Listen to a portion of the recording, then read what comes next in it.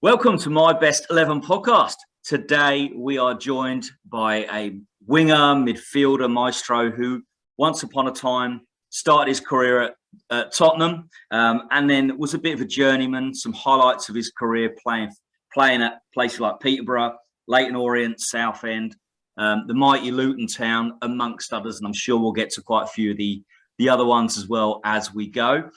Today we are joined by Scott Houghton. How are you? Yeah, very well, thank you, and grateful to be invited onto the show. Excellent. Wow, we love having players from lots of other clubs. I know you play for Luton for a little bit, but we are really keen to hear about your time at all these other clubs. Marv, how did you get hold of Scott? Good question. I think on Twitter, it was on Twitter.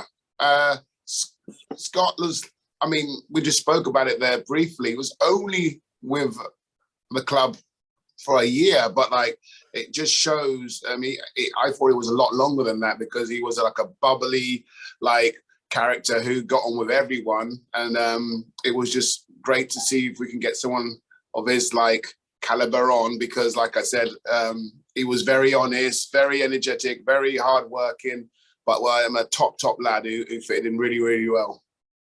Yeah, awesome. We can't wait to hear some of the stories. So what we're going to do is we are going to jump straight in, and Scott's going to go through his best 11 players he's ever played with. As he goes through, he's going to give myself and Marv some guesses. So you at home, in the car, wherever you are, you can listen along and see if you can guess any of these players from a number of the clubs I've mentioned, or it might be some from some other ones. Obviously, been out to loan to a couple of other places as well. I'm going to hand straight over to you, Scott, and let us know what formation you're going for. And are you going old school, or are you going to go a bit more nouveau, fancy, new way of doing things? Or do you think it's a load of rubbish and it all goes round in circles?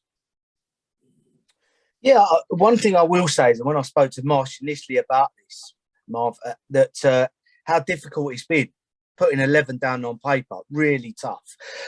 What I'm going to do is I am going to go old school. I'm going to go 4-4-2, but with my wide players are not going to be conventional wide players. So yeah, it's 4-4-2, bit old school, but yeah, on paper it looks not a bad side. Awesome. You can give some honourable mentions as well if you're a little bit worried about hurting people's feelings. All right. You almost made it, Marv. Listen. I rather not make it, because I think sometimes it just makes it feels a little. I don't know. I feel a little bit awkward because I think I don't want people picking me or putting them in their team just because I've got them on the show, whatever. Even though I know I was a great player.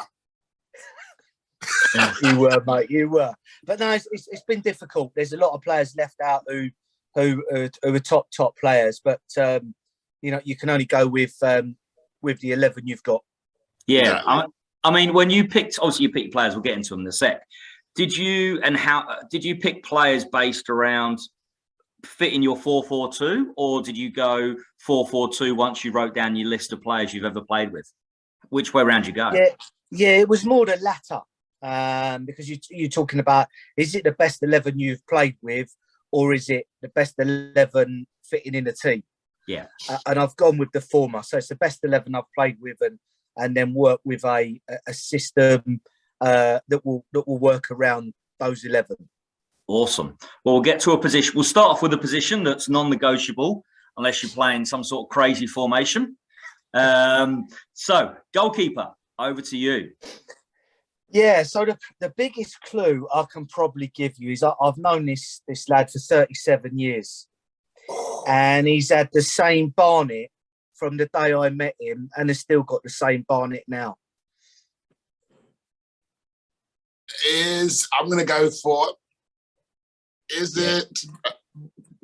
I reckon his barnet is a little bit like mine, those people watching YouTube. Is it? I reckon it might be. It's not far. Yeah, I thought it was. Ended up playing at Leicester as well. Yeah. That's right. Is his dad a manager as well?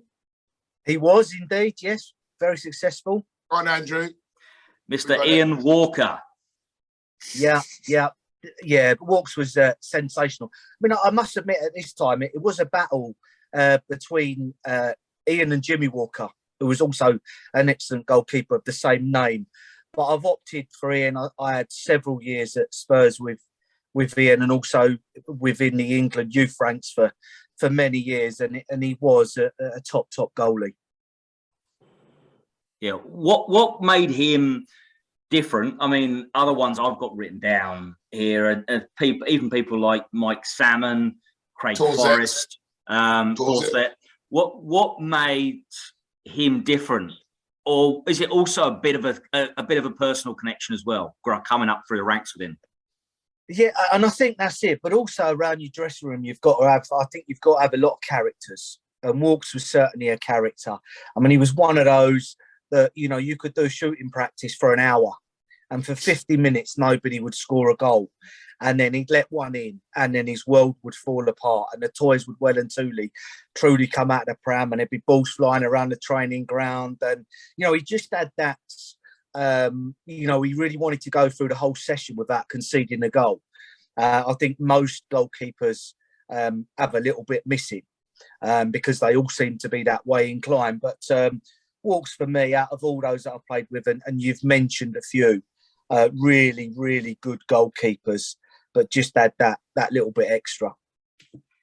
Yeah, I mean, he came through in that 90s era when there was maybe a little bit of that. Do you remember the Liverpool FA Cup wearing the Armani white? So he was kind of that ilk. He had a bit of that reputation. Do you know what I mean? Those McManaman, Jameses, where the Spice Boys, all that type of thing. He had a bit of that rep. Is that something that you think was fair for him? And did he ever kind of do much of that, or was that a bit of an unfair reputation he kind of got in the press? No, I mean, Walks is a quiet lad, actually. When you get to know him, he's a really quiet, unassuming character that, would do anything for anybody. So, a lot of it was a little bit of unfair against him, but knowing the type of character he is, it would have been, water off of a duck's back. I mean, I'd like to share quite a funny story with you, if I may, that when Walks signed his first pro contract at Spurs, he went out and bought himself a decent motor and a new set of golf clubs, and then turned up to the digs, and another lad who used to live in our digs, Hung Dang, took him out for a game of golf. But he did say to Hung, I've just bought a car and some golf clubs, and I can't afford to put any petrol in my car. Can you lend me 20 quid? So Hung lent me 20 quid, and we got together probably about 5 years ago, and Hung told the story. And he said, actually, you still never paid me that 20 quid. So Walks got his money out and paid Hung after 25 years. But it's, the type of character he is that, he's just happy-go-lucky, and pleasure to share the dressing room with him for many years.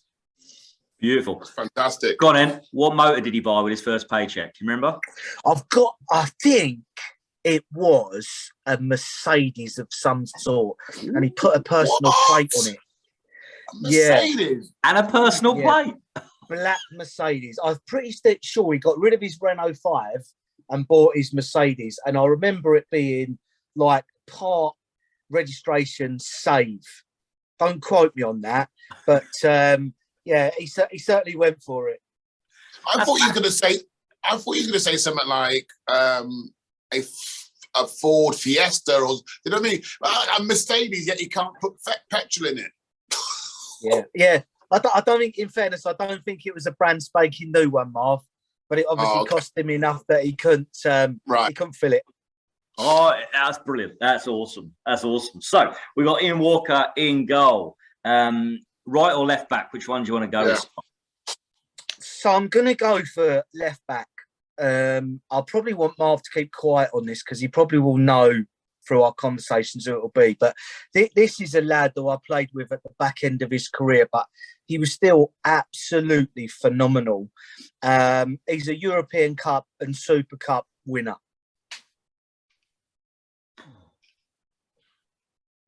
Andrew's young, Scott. He is. He wouldn't. I don't think he would even contemplate or ever seen any or heard of this guy. Oh, God. What? So he played at Forest, but it was just that's what I've got to try and think of. Was it you said European Cup? Forest.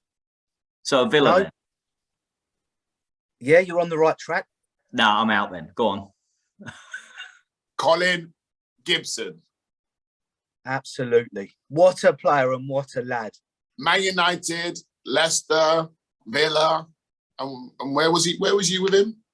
Walsall. Walsall.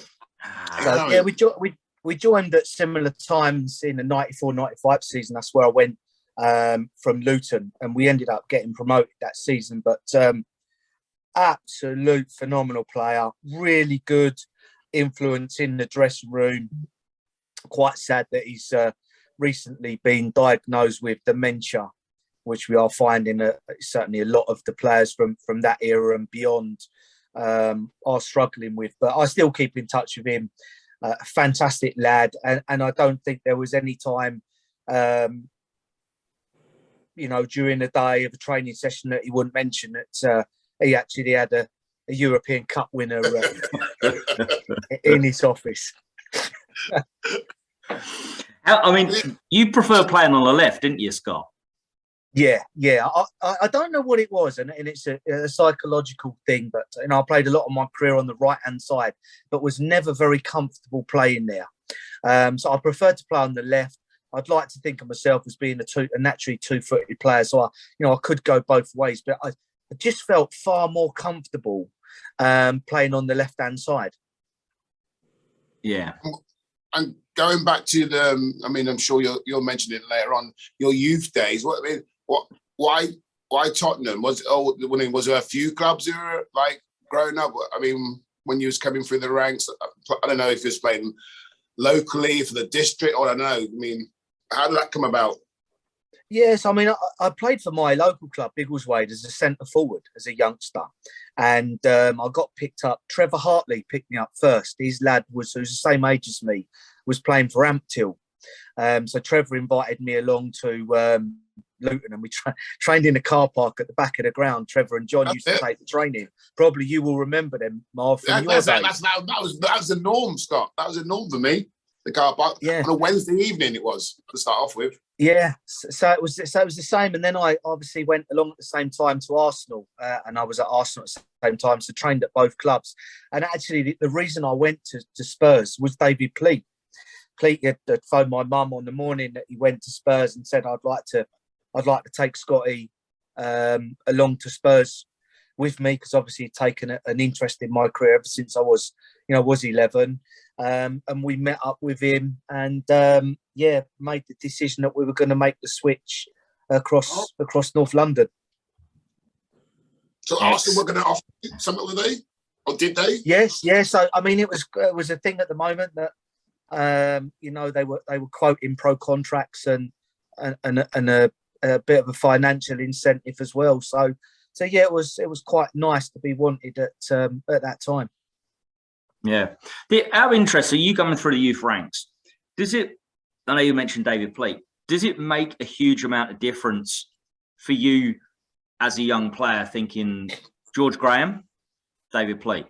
Does it make a huge difference thinking the type of football that's instilled at the club? Or in the back of your mind, you're thinking, I've got a few years still on first team. They'll probably be gone by then, with the greatest respect. Yeah, I mean, I must admit at that time it did. I mean, obviously, Pleat had taken a real interest in my career ever since I was a youngster and was in regular contact with my mum and dad. And I think that's the type of person he was. And I've listened to his podcast and that comes through quite clear. Whereas I think at the time it may have been either Don Howe, like you say, George Graham. And I know for a fact I wasn't Don Howe's cup of tea because I wasn't defensively gifted by any means. And I know Don Howe would favour defence over attack. So I don't think if I'd have signed for Arsenal and Don Howe would have been the manager, I probably never would have got anywhere near the first team. So yeah, I saw the opportunity that actually if you've got somebody who, and it doesn't matter whether you're a youngster or an experienced pro, if you've got a manager who believes in you, you're halfway there. Yeah. Obviously being a Hitchin boy yourself, born around there and growing up in Hertfordshire, and you mentioned Biggleswade, which of the two did you go for? Did you support one of them as a club as a kid? In terms of the local clubs? Yeah, do you go for local clubs? I know a lot of people from around that area, Stevenage, go for the Arsenal because it's straight on the train line. Yeah, no, I'm going to be controversial. I mean, I was Manchester United as a kid, always Manchester United mad. But I used to go and watch Luton quite a bit as a youngster. Get taken along there. Saw some good games there. But yeah, I was a Manchester United fan, and I was very lucky enough. And I say lucky enough because sometimes you have to pinch yourself. And I made my league debut for Spurs against Manchester United. And from about 12 years old, Brian Robson had been my hero. I used to buy New Balance boots because Brian Robson wore them, and everything was Brian Robson. And I found myself on the same pitch as him. And I didn't know after the game whether to run up, shake his hand, give him a cuddle and ask for his autograph. It was just really weird. What was the score? How did the game go? No, we lost 2-1, and I've got a feeling that Brian Robson actually scored the winner. So, what a legend and what a player he was. Yeah, definitely. The reason why, just get back to Colin Gibson quickly, the reason why I mentioned him was coming to the end of his career.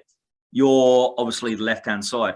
Is there different expectations playing in front of a left-back who's a bit more of a whippet, somebody who's willing to get forward, compared to somebody who's coming towards the end of their career and maybe a bit more of a steady Eddie? He was perfect for me. I was still a youngster, 23, still learning the game. And as Marv says, I was full of energy. And Gibbo was good for me because he would just literally get the ball, give me the ball, stay defensively, and allow me just to get on with it. And also, now 1 or 2 games, if things weren't going right, had the nous about him to put his arm around me and say, look, next couple of times you get the ball, just knock it off nice and easy, get a feel for getting back in the game, and then you'll be back on it again. So sort of the year or so I had with Gibbo, he was a massive influence on my career. Yeah. Sounds it. Also, well, we're going to go right back. We're going to keep going. So who have you got on the right? Yes, that's another... I say older player, brilliant defender. Unfortunately, in 1986, he didn't manage to stop Maradona scoring one of the greatest goals on the World Cup stage. But genuinely a super guy, made hundreds of appearances for 3 or 4 clubs, and a top defender. Right back, Maradona. Did he also play centre back or not? Yeah. That's where I was confused me. Yeah, that's right. I think he played centre back a lot. I'm just gonna say it. Terry Fenwick. Yep, spot on. Well done.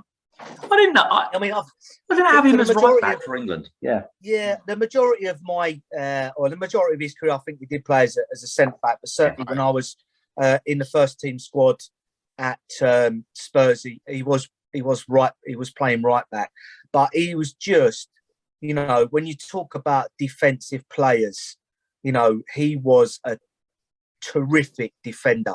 Absolutely, first and foremost, a really, really good defender. And certainly when I've looked at my team, Gibbo was a little bit more marauding fullback, whereas Fen would certainly be more of a defender.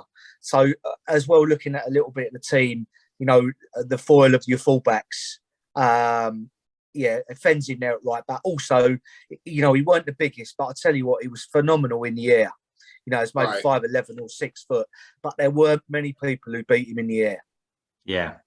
I was going to ask that in terms of, because I know it's a big in thing at the moment, the marauding. The fullbacks seem to be going for as much money as strikers or attacking midfielders at the moment. Colin Gibson, Terry Fenwick, who would they be most like today in the Premier League for some of our younger listeners? Oh, that is a real different, a difficult one to answer. I mean, I would say that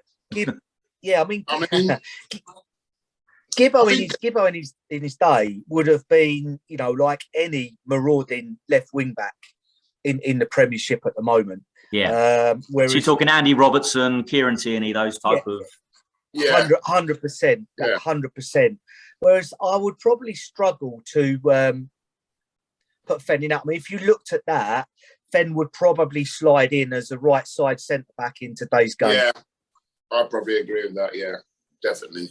So was he a bit fast then? Was he a bit more like, Carl Walker can do a bit of both, or are we talking even Matt Doherty at Tottenham who can play a little bit right back, a little bit centre back, or Eric Dyer, that type of thing?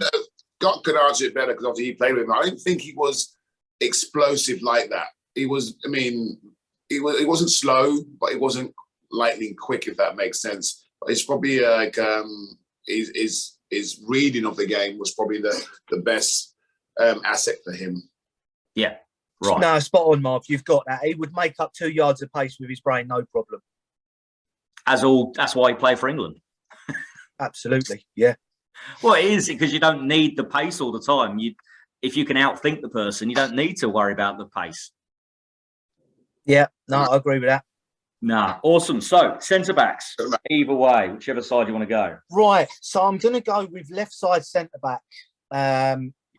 And really the biggest thing I can say, the biggest clue that you'll get him straight away is Captain Courageous.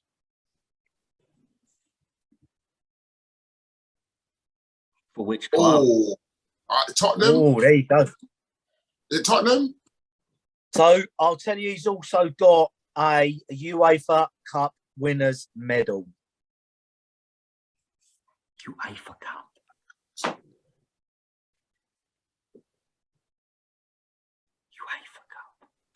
Yeah, I only found out actually when I was doing a bit of research because I didn't realise his career spanned that long. Okay, did he? Oh my gosh, did he play for? I'm going to go obvious. Gary Mabbutt. Yeah. Yeah, 100%. And I was surprised actually that he was a part of the 84 UEFA Cup team. So his career spanned, even further than I thought it had done, over 750 appearances. But what a man, what a player, what a captain. 750? I didn't realise it was happening. That's unreal. Did he? He seems weird. I played against him.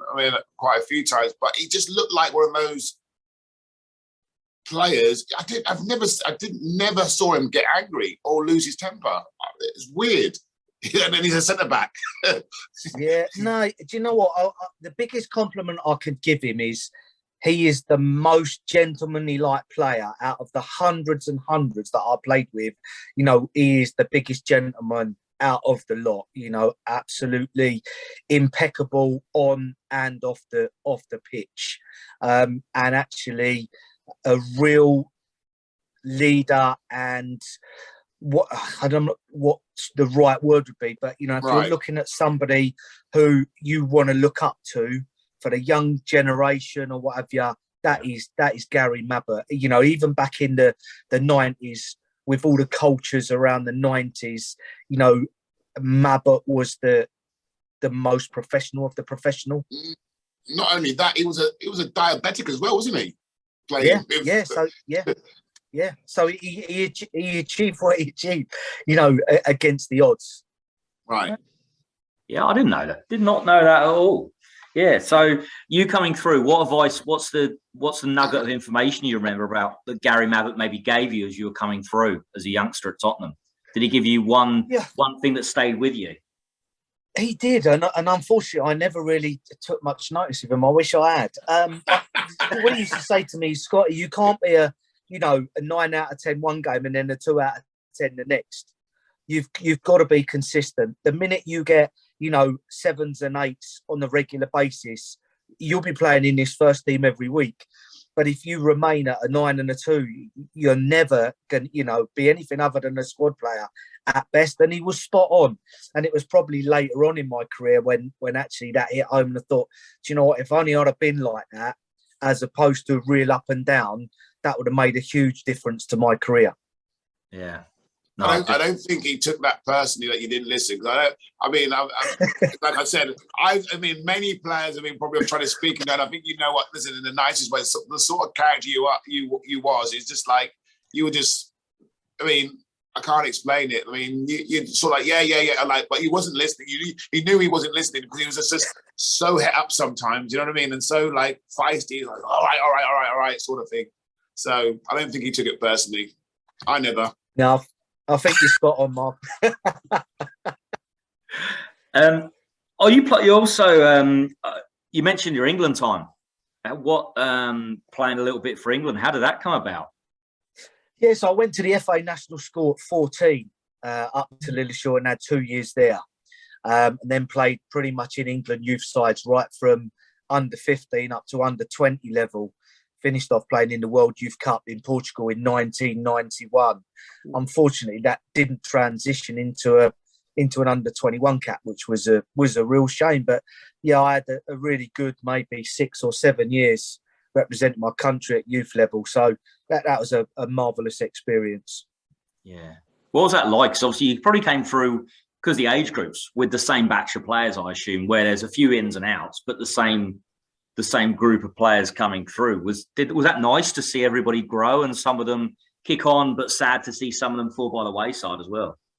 Yeah, it is that. I mean, we were fortunate. Our group played in the Euros in 90 in Hungary and then the World Cup in 91 in Portugal. And a lot of us, certainly from around under 17s up to under 20s, most of the squad remain the same, like you say, with a few additions here and there. But it's really good to see that some have gone on to have outstanding careers. You know, some have been steady and then some have just fallen away by the wayside, because you just can't tell. You know, you just don't know what's around the corner. But I mean, I would probably, while we're talking about youth team, you know, my youth team of 1990 at Tottenham won the quadruple: FA Youth Cup, Southern Junior Floodlit Cup, South East Counties Cup, and the Division 1. And there were some really good teams at that time. We had an absolute phenomenal team. And probably, if you ask me what is the best ever team I played in, it was that, because we were unbeatable and felt unbeatable. And that was a brilliant 2 years of my career playing in that really successful youth team. Who would be some of those players, Scott, who were in that youth team with you, who we might know? I mean, Andrew's a little bit young probably, but who I might know. Yes, I mean, obviously Walks played in goal. We had Dave Tuttle, Ian Hendon, and myself, who were England regulars. Then we had Neil Smith, who's just left Bromley, was manager at Bromley a short while ago, and then Warren Hackett, who had a little bit of a career. So, you know, we had a team there of youngsters who just had the most will to win I've ever seen in a team. Just, you know, even if we drew a game, it was demoralising for us. You know, the will to win was just unbelievable. Awesome. So, next to Gary Mavett. Right, so he's another big name. I'm sorry, Andrew. He's another big name from the olden days, but famous for his tash and another European trophy winner. Yes. Good handlebar moustache. Yes. I wasn't sure if you had him at centre back or central defence or kind of that holding midfielder, because he could do both, couldn't he? Go on. I don't know. We're talking about John Walk. No. No. Are we talking about someone who had a good career at Everton? Yeah, you're on it, Marv. I'm on it. Go on, Marvin. Derek Mountfield.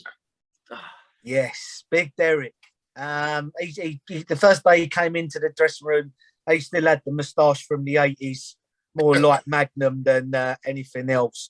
But again, another player who I played with late on in his career, but you could tell his presence and his professionalism. You know, in his heyday, he would have been, you know, something else. Certainly playing for Everton at a time when they were the top team in the country. But, you know, a rock in both boxes, whether it be our box, defending corners, free kicks, or in the opposing box, you know, real danger. But, you know, just a top defender, and certainly him and Mabs together, I think that, you know, they would take some beating. What year was you born? You played with some players like who? 71, I was born. 71. Honestly, I thought he was a lot younger than that. Wow. There you go. I know. There's some great names coming out here. You did play with John Walk, didn't you? Do you know what? I think when I was at Ipswich, Walkie was training with us, but I think he was still at Liverpool. Right. I mean, I must admit, I had a fantastic 2 months at Ipswich under John Lyall. And Walkie was training with us, and I think as I left at the back end of the 1991 season, Walkie signed for Ipswich again at the back end of the year. But again, you know, what a player and what a professional he was. Yeah, I mean, you had quite a few loan spells in and out of clubs. How did you find that as a player and trying to obviously Marv mentioned his character and you can see it coming through right now, the friendly character, that type of thing. But how did you find it in getting on with teammates and settling in? And yeah, I mean, any change is always difficult. But the way I looked at it was everybody wants to play first team football. You know, and certainly in my younger days, the first time I went on loan to Ipswich, you know, I was like a pig in the proverbial because I'm then, you know, playing in front of 11 or 15,000 people instead of one man and his dog in a reserve game. And, you know, it really gave me a taste that this is something I really want. And then the year after that, I was in the first team squad. And then I had a few injuries. So the 93 season where I went on loan to Charlton, Gillingham and Cambridge, I was in and out of injuries and they were tougher spells for me. But again, you know, you just settle in because players are players and it don't matter what club you're playing for. Everybody wants to be playing and everybody wants to do the best they possibly can. And if they think you're going to make a difference, they'll make you at home. If they don't, then they'll completely cast you aside and you'll know you're not welcome. Excellent. So what we're going to do is we're going to pause it there, and then we come back from a short break. We will hear the rest of Scott Houghton's My Best 11. Welcome back to the second part of Scott Houghton's My Best 11. So far, Ian Walker, Colin Gibson, Terry Fenwick, Gary Mabbott and Derek Mountfield. We're going to hand straight over to Marv for Marv's 60 seconds. Okay, Scott. Favourite other sport? Cricket. VAR or no VAR? VAR. Pele or Maradona? Maradona. Bundesliga, La Liga or Serie A for quality? I would suggest La Liga. Okay. Golden goal or penalty shootout? Oh, penalty shootout. Best ground you played at? Wembley. If you wasn't a footballer, what would you have done? I'm not sure I can answer that one. All right. Do you know what? I probably would have joined the army. Just something to give me, or the police to give me some discipline, Marv. Because as you well know, I didn't have a lot of that. Favourite, and he's been around as well, this one, I've seen him. Favourite holiday destination? This could be anywhere around the world. Yeah, I've got to say Mauritius. I've just recently been there and it's amazing. Mauritius, lovely. Okay. One more, Marvin. All right, let's go for the worst dressed player when you can even remember in the Tottenham days. Might have been you. It might have been you, Bob. Was it? It could have been. It could have been me. I mean, listen, I didn't really. I still get stick now. I don't really care. I mean, I used to wear some like outrageous clothes, but I was confident in my own like stuff what I was wearing. Buoyant character. No, I wouldn't say. Do you know what? That's a tough one. I honestly can't remember. I think everybody liked to hold up a bit of style. So I'm going to have to hold off that one. All right. Awesome. So you mentioned in terms of quality and things like that, when Marv was talking about La Liga and that type of thing, coming through in the 90s, if you would have had an opportunity to go abroad, which one do you think would have suited you better, La Liga or Serie A? Yeah, it's difficult. You know, a real difficult one, because at various times, certainly when I was in the 90s, you would have to suggest that maybe the Italian league was the more dominant of the two.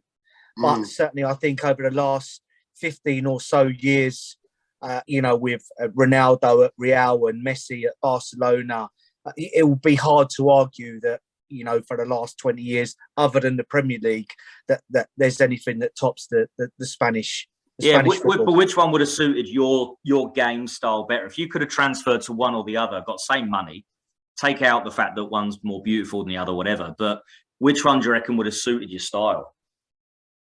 Yeah, I'm not really sure any would, because they're both fairly slow, and pretty much whenever I got the ball, I wanted to be 100 miles an hour. So I'm not sure that either of them leagues would have suited me down to the ground. No, do you know, there's an element of truth to that. Probably they say that about the Premier League. That's why English teams in Europe sometimes struggle, because they got to realise they can't do everything at 100 miles an hour.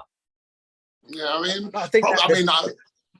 coming to me when Andrew asked that question, coming to my head was probably, I was going to say Spain, because of who was that winger who Arsenal had, a little tiny one, Dutch guy, I can't remember his name. He was Overmars. That's it. So I mean, all right, I'm giving you a big up there, saying like Overmars, but I mean, he was very quick, similar, short, little, like, and fast. So that suited his game. Was it at Barcelona? Was it? Did he go Barcelona? Yeah, Arsenal to Barca. Yeah. Yeah. So yeah. Oh, excellent. I'm always intrigued by those type of kind of putting yourself in that situation.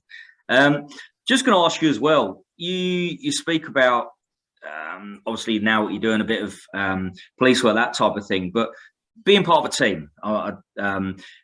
You were voted in the PFA Team of the Year. Is that right? When you were at Peterbrough?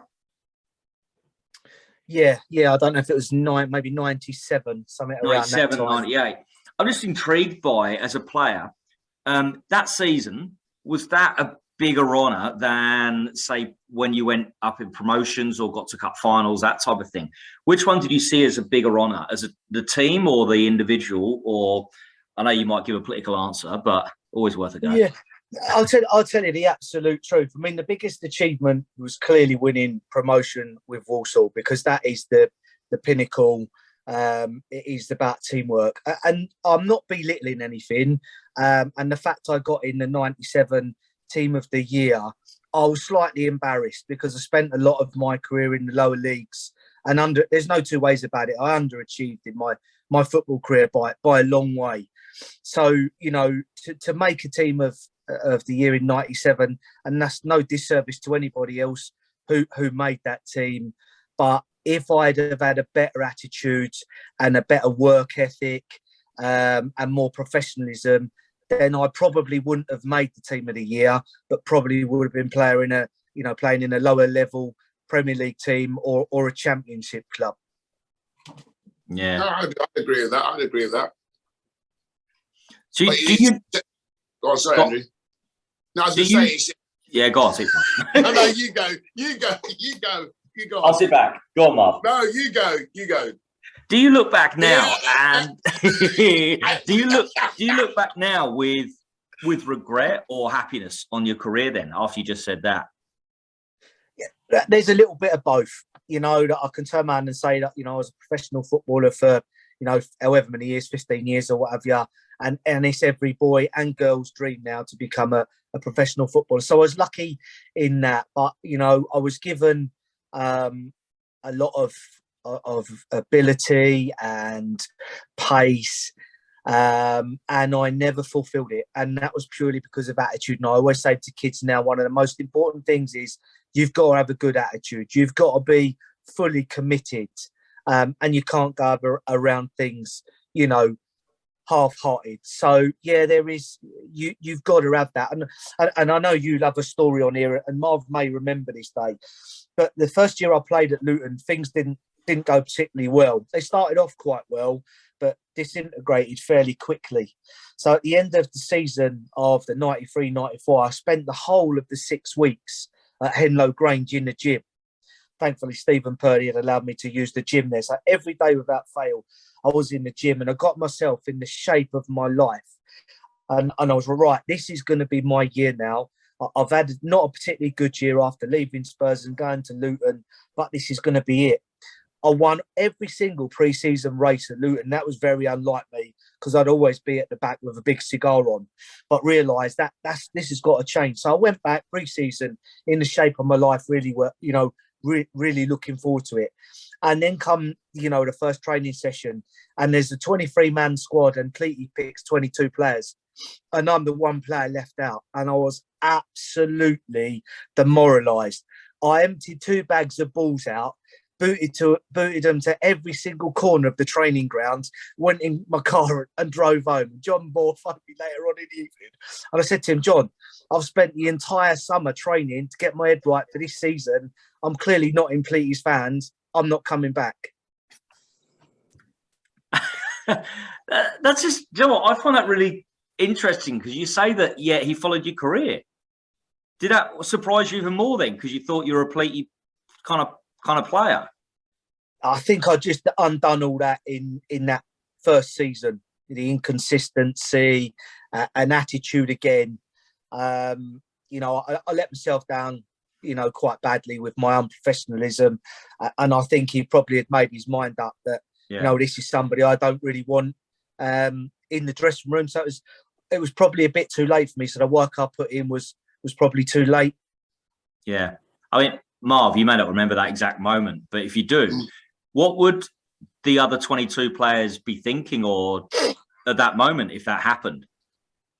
I mean, I think like Scott's alluded to, that his attitude probably was not quite there as a youngster, as he was coming through the ranks and trying to find his way in the game. And so, I mean, I don't particularly remember him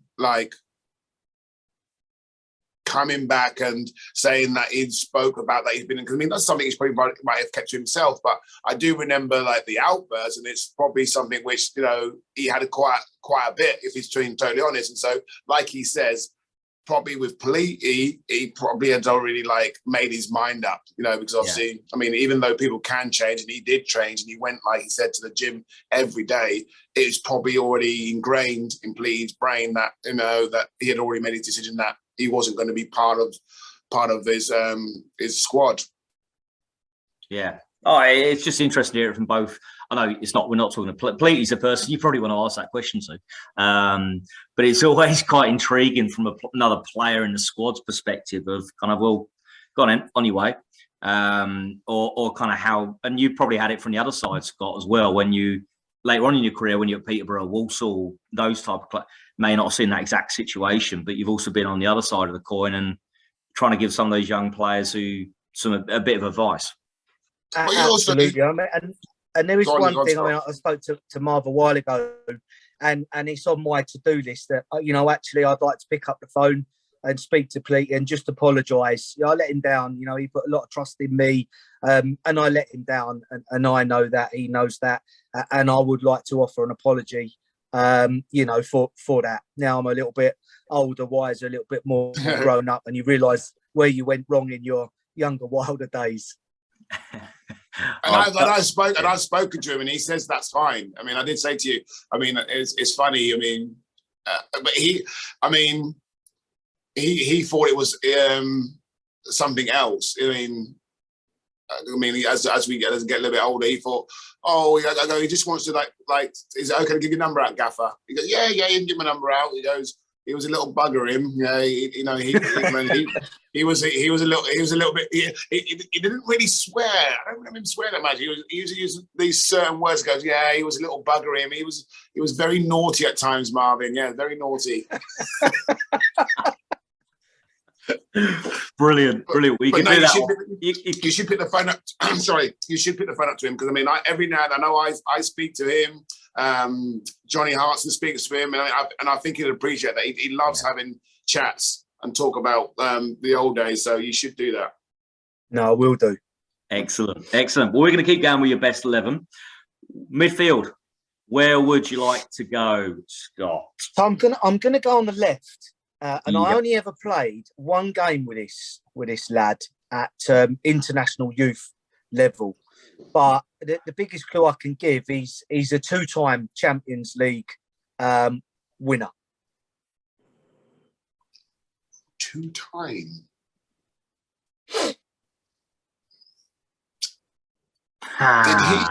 You got it, Andrew?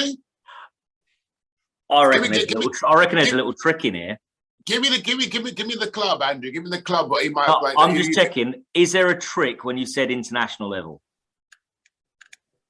So it's not full international, obviously, because I was not a full international, but I did play with him at international youth level. No, it might not be what I think it is. What club do you think he was at, Andrew? United. No. No, I wasn't sure if you were going Ryan Giggs because he played for England as a youth kid. That's where I was going. I'm going to throw in someone who... Champions League winner twice. Yeah, yep. It was not. It was. I don't know how old he was though. Was he your age? I'm gonna throw in. Did he win one? Was it Real Madrid? Yeah. Come on, Marv. Let's go. Let's go. Think about it, Marv. Think about it.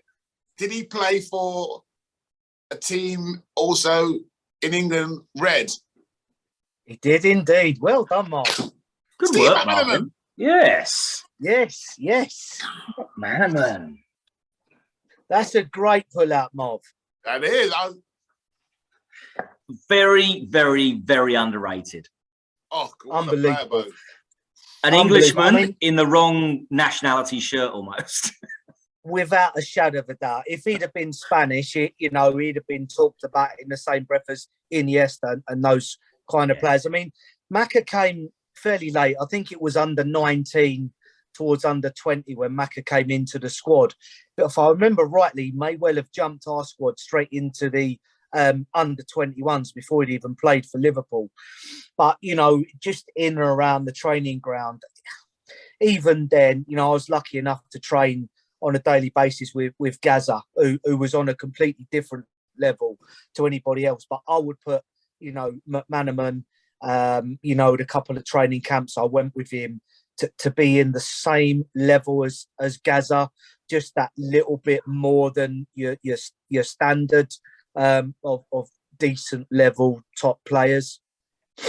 Yeah, and it was almost a shame that McManaman had around that era managers who didn't, until it got to Venables, didn't really know what to do with him.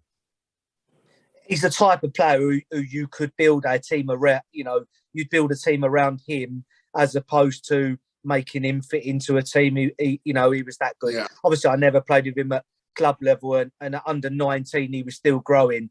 But you could tell he was just on a different level to everybody else. Sensational. And so he played on the left-hand side. When you were playing, were you in and out the squad interchanging with him, or were you on the right? So unfortunately, when I played for England youth, 9 times out of 10, I was playing on the right-hand side. Yeah. And nobody really got the best out of me playing wide right. But for 6 years, I played for England as a number 7 wide right. Even though it wasn't your fave. Exactly. Frustrating. Very, very frustrating. It was indeed, yes. So we'll go just grateful to be in the squad. That was the main thing. To pull on that 3 lines. Yeah.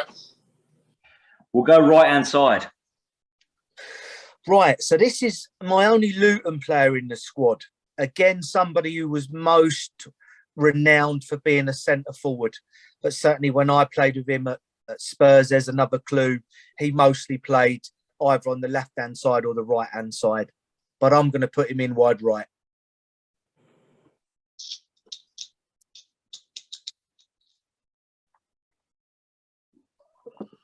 Is it like, was he play with him at Spurs? He was at Spurs before Luton, wasn't he?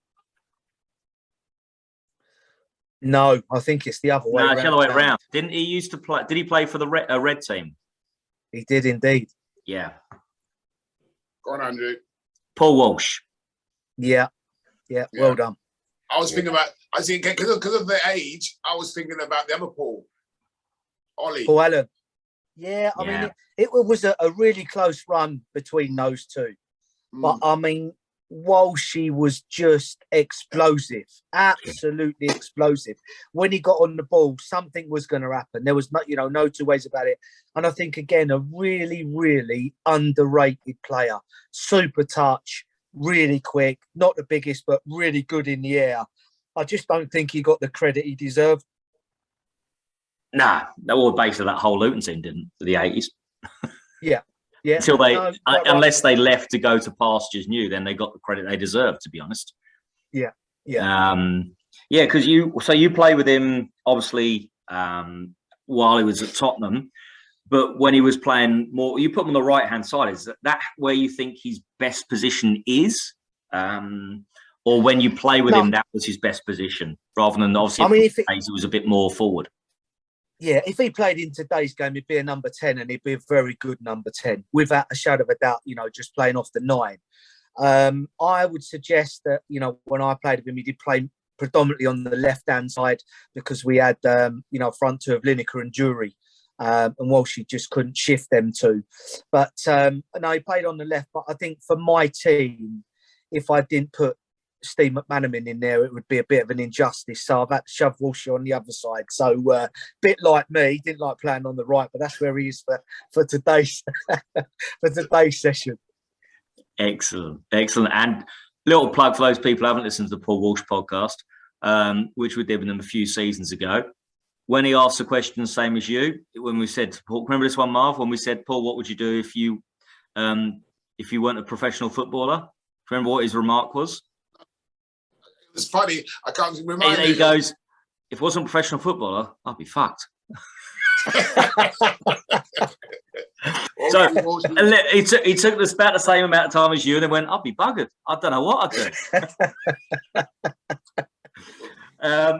Excellent. So we'll go central midfielder. Are you playing a holder and a number 10, I suppose, or what are you playing? No, I'm going to go with two players alongside each other. I've got a left footer and a right footer in there. One lad who is a particularly strong player, and then the other one on the left-hand side who is more of a ball player. Which one you got? Whichever. Has to be the one you mentioned a minute ago, surely, no? So I'm going to go with the left side. I'm going to go with a left side player, and I'm going to go with this player has played for two of the teams that I have played in, and you have had him on your show. Oh, I think you got him. Yeah.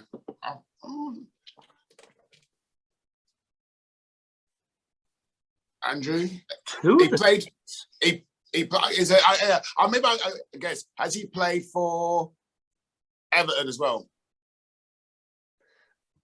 Well done. Yeah. And he played for Tottenham as well. Yeah. Yeah. Vinny. Yeah. Yes. Well done. Vinny Samways.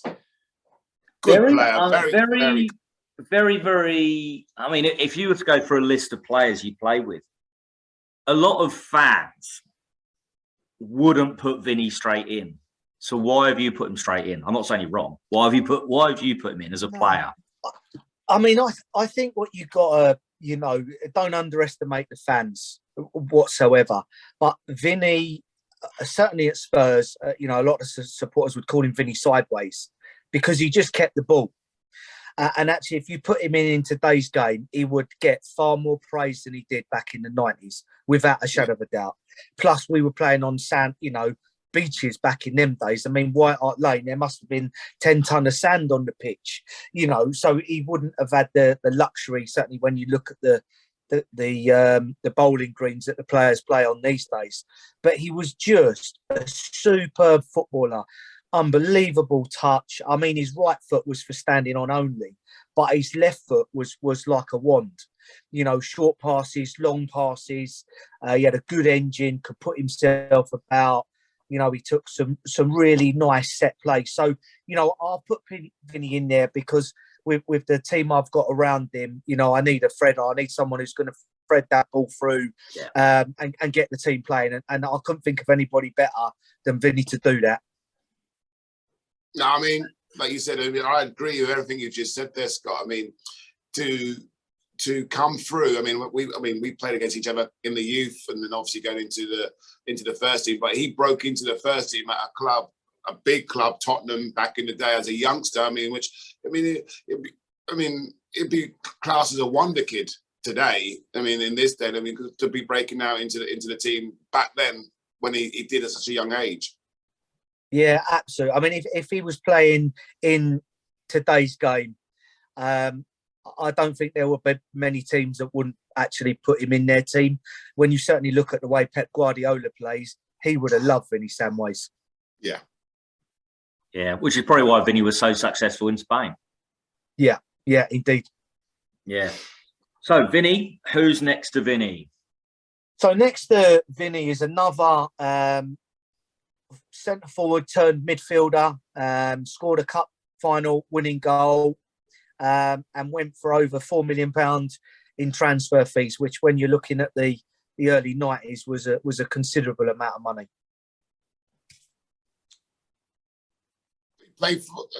You said centre forward. Was he a centre forward? You say?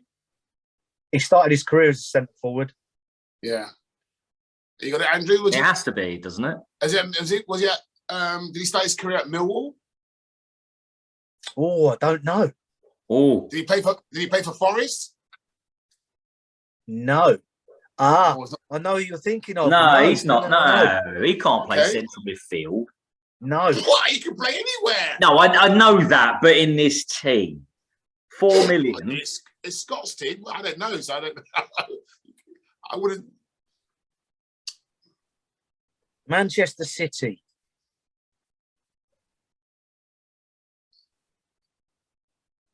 City. Did he play for? What else did he play for?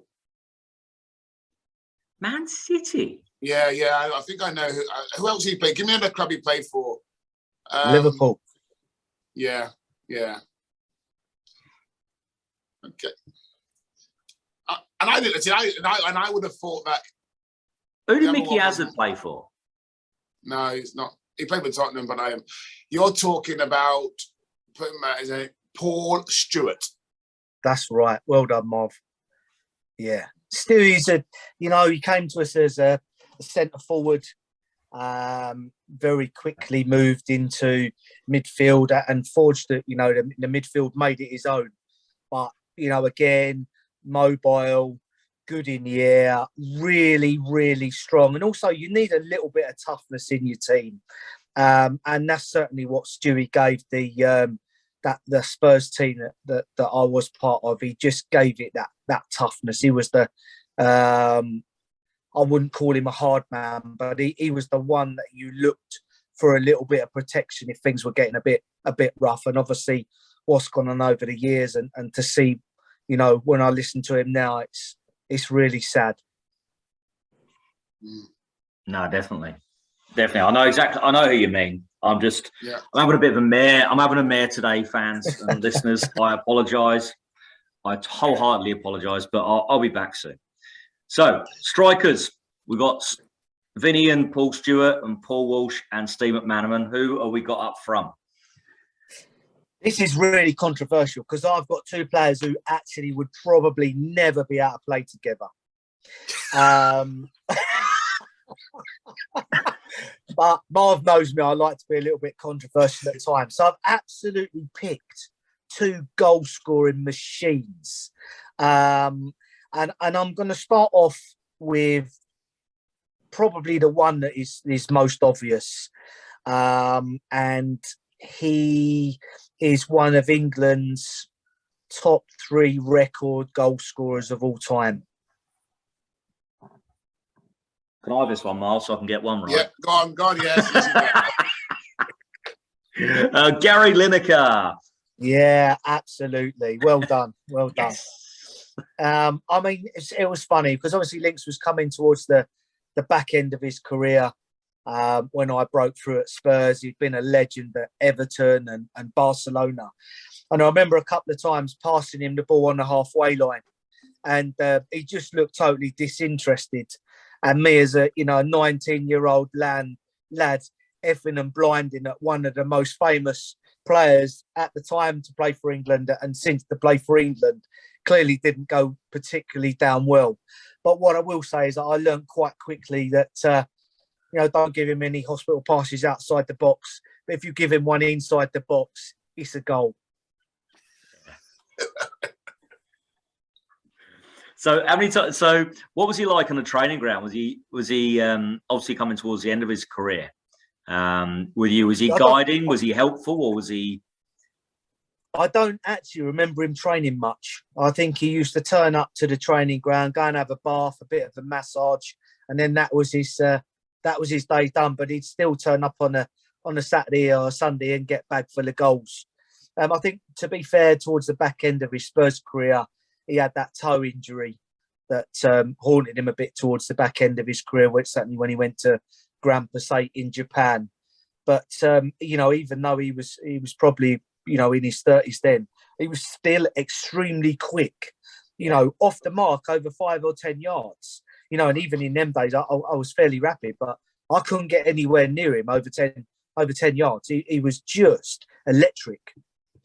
And funny enough, you said about the train, you don't remember him training. I listened to a lot of podcasts, and he was on one, I can't think what it was, but he spoke about saying he wasn't a good trainer, didn't like training, didn't enjoy training. A lot of it didn't see too much point of it. Like if they were doing like team shape or whatever, he used to say that to the manager, can I just go have some balls and just like hit them and give me a goalkeeper and let me hit in the net, because that's my job. That's what I mean. I'm in all this, like, I have no interest whatsoever sort of thing to do this. So he just wanted us to go and hit the ball in the back of the net sort of thing. So he admits he wasn't a very good trainer. He didn't enjoy it.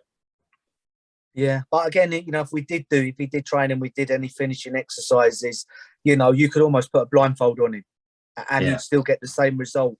He just trained himself to score goals. No, definitely.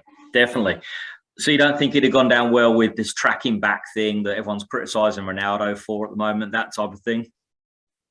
It's crazy, isn't it, that you wouldn't put somebody like Gary Lineker in your team because he can't track back or hassle defenders. Well, that's kind of what they're doing with Ronaldo. And I'm not sticking up for the guy, but they're hanging him out to dry. Yeah, I'm sure there'd be plenty of teams that would want Ronaldo. Yeah, at the top of their pitch for sure. And Gary Lineker was no different. You'd need someone who's going to score a goal. You can have the best defensive attacker ever, but if they're not going to score you any goals, what use are they? Yep, all you can do is draw 0-0. You need somebody back of the net. Exactly. So who's the other goal machine then? You put one goal. So the other goal machine.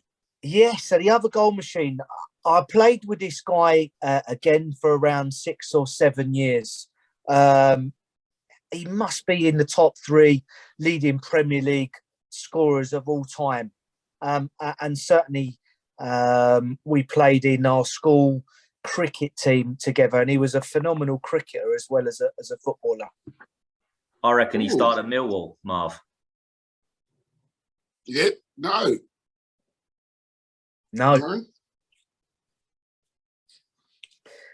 You're dying to get Teddy Sheringham in the team, I'm sure you are, but unfortunately I never played with Teddy.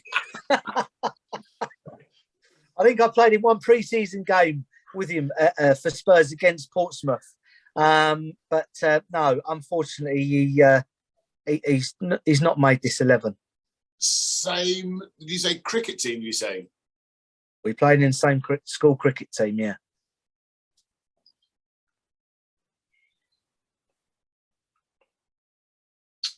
I'm trying to think. He could have done us. I'm trying. So he came through the ranks for you at Tottenham? No. But you played with him for how long? 6 years. Around about 6 years, yeah. That's what's doing me. The 6 years. Not at one club. No. It'll be somebody who you play with at 2 clubs. And he's not saying nothing. He's not saying nothing. Didn't play club football with this individual. That'll help you. Oh, the 6 years thing. There you go. All right, so that era, Robbie Fowler. What? He's from Liverpool. Same cricket school team, wasn't it? No? Yeah. Yeah, I was thinking, Robbie Fowler's from Liverpool. Unless he said something school exchange.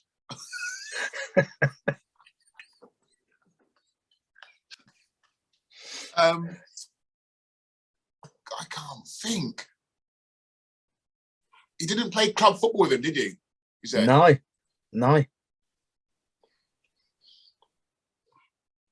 Play cricket in Hertfordshire. Not necessarily in Hertfordshire. Think outside the box, chaps. I know.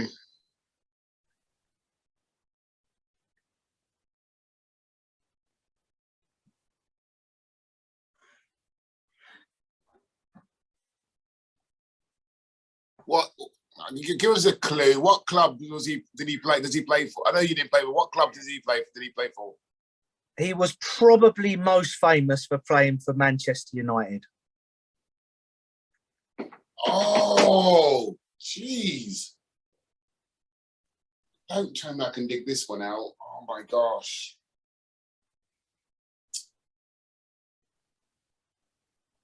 It's a striker.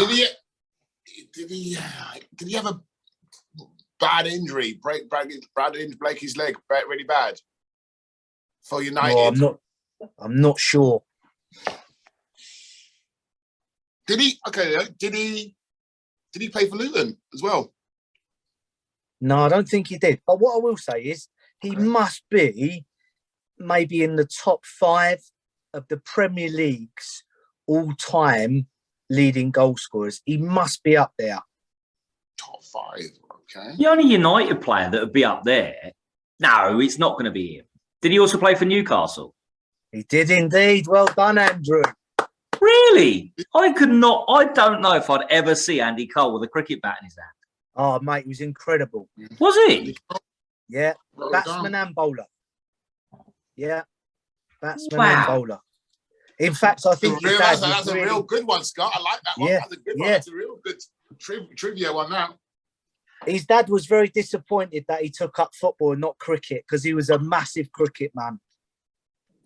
Yeah. Well, he comes across really, really quiet. I mean, he's only just started doing a lot more media in the past. Well, I just see it over from Australia. He started to do a lot more media in the past 3 or 4 years. It's just the impression I'm getting. He's a very quietly spoken, reserved character. Yeah, he's been quite poorly the last few years. Yeah. Obviously, I went to Lillishall with Coley. We both went to the school in 86 to 88, and the first year shared a room. And obviously, I played for 6 years with the England youth, set up with him. But absolutely phenomenal. You know, talk about skill, pace. The one thing that I thought might undo him was his attitude. But actually, that became his biggest strength towards the end. You know, when he was playing for Newcastle or Manchester United, he just had that genuine belief that he was the best striker in the land. And even though people like George Graham, etc., just didn't rate him, it never knocked him. He had that such self-belief that one day he was going to be the best striker out there, and it clearly came true. Yeah. So were you at the Arsenal with him as well? When you said you were at the Arsenal for a small time before Tottenham, you must have been. Yeah, so if you're in the same age group. That's right. Yeah, so probably around under 14 level. You know, during the school holidays, where the Arsenal would bus people in from here, there, and everywhere. We played in a couple of youth games, but I didn't really start to get to know him until we actually landed at the school and spent 2 years there. Yeah. Yeah. No, I mean, like I think Mike Scott said, that I mean, I didn't know him personally, but that's the impression you got from Andy Cole, that he was a massive believer in his own ability, hence to leave Arsenal to go, was it to Bristol City? I think it was the Bristol City he went to. That's right. Yeah. I mean, wasn't like a big club or anything, but he knew, or he believed, that he would go and score goals and he would go on from that, and which he did, to go to Newcastle, Manchester United, and Manchester City even. So to have that belief, to take that huge step to drop down in Division or 2 to go to Bristol was massive belief in his own ability. Yeah, and he's probably the worst loser I've ever come across. I mean, I remember when I was on loan at Houghton, and we played Bristol City, and I think we drew And after the game, he gave me the biggest cuddle ever, and we stood talking for about 20 minutes. And then when we knocked Newcastle out of the cup, Marv, in '94 at Kenilworth Road, and I went up after the game to shake his hand, and he just completely walked past me straight into the dressing room.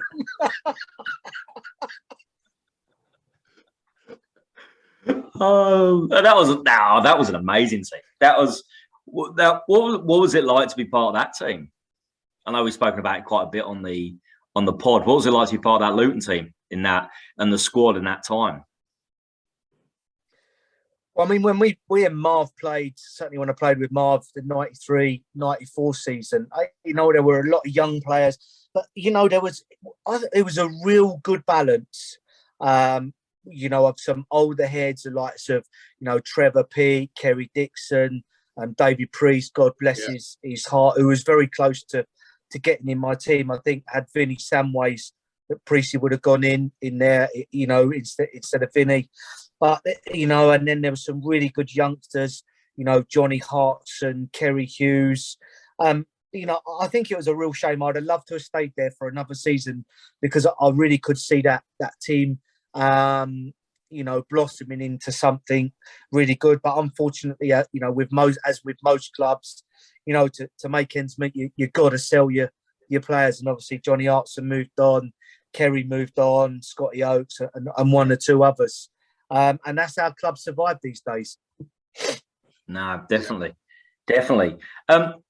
Just kind of one final question in terms of you're speaking you're speaking quite philosophically about your career a little bit earlier on. And we're going to get onto your best manager you've ever worked under. Have you ever had a chance to go into coaching, management? Is it something that really, really interests you to climb the ladder in that area and use the experience and use that, like you said, the kind of Gary Mabbutt giving you advice, but going, no, listen to me. Don't just in one ear out the other. Yeah, I mean, I did. Obviously, I joined the police 20 years ago, but I've had a couple of spells as assistant manager at Olsey Town in the Southern League and as manager of St Neots Town as well. And I thoroughly enjoyed it. I had a couple of years doing that. And actually, as manager of St Neots, we were at the bottom of the league, about 7 points adrift when I took over. And then the following season, we were top of the league. But unfortunately, within policing, you move roles and then you can no longer be able to do it. So that was a big regret of mine because after I left St Neots, I think Steve Lomax took over. And within about 18 months, he was either manager of Millwall or St Johnstone. So he made the jump into professional football. So something I would have loved to have done, but I chose policing as my career. And that's the path that I've gone down. So football obviously had to take a back seat. Yeah, definitely. Something has to. Over to you, Marv. Yes. So before we get a little bit about more the policing and what you're doing now, just the last final question with the football side. Who is going to be the manager, the best manager or the best coach? It could be someone who inspired you coming up through as a youth team player. It doesn't have to be a manager. It could be anyone who you see as a role model to lead this 11. And that's a tough one because I've played some great managers. I mean, I played for John Lyle at Ipswich, who was an absolute gentleman. Shrewsbury gave me my opportunity at Spurs. And obviously, Pleaty, what he doesn't know about football is not worth knowing. But the manager I'm going to opt for is Chris Nicholl, because Chris just saved my career. There's no two ways about it. I was on a real downward spiral. Worked really hard to get to the top, playing at Spurs. Had a few injuries, left Spurs, went to Luton, didn't have a particularly good season. And if things hadn't gone right for me when I left and went for Walsall, within a year I'd have been completely out of the professional game. He stopped me doing this, the nights out, the regular nights out I was having, and some of the stuff I was getting up to. He completely put a stop to, made me more professional.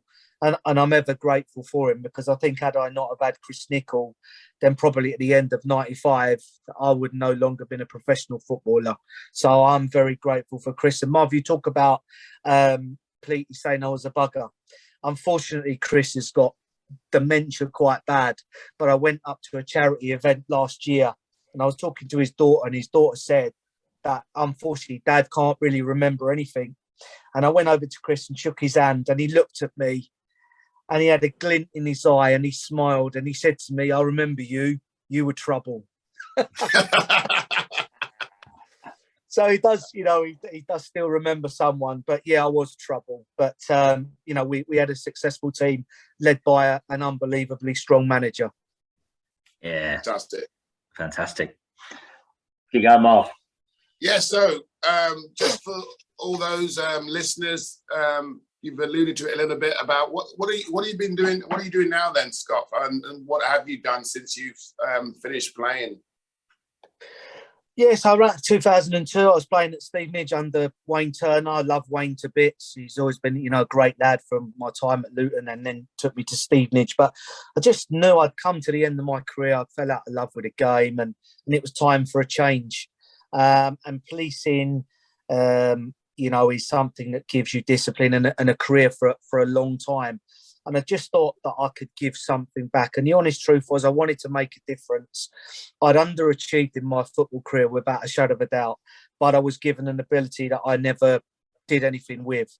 But I thought deep down I could, you know, become a successful police officer and really make a difference to the public and for the public. You know what? And I'm grateful to say in my 20 years in policing that I've done that.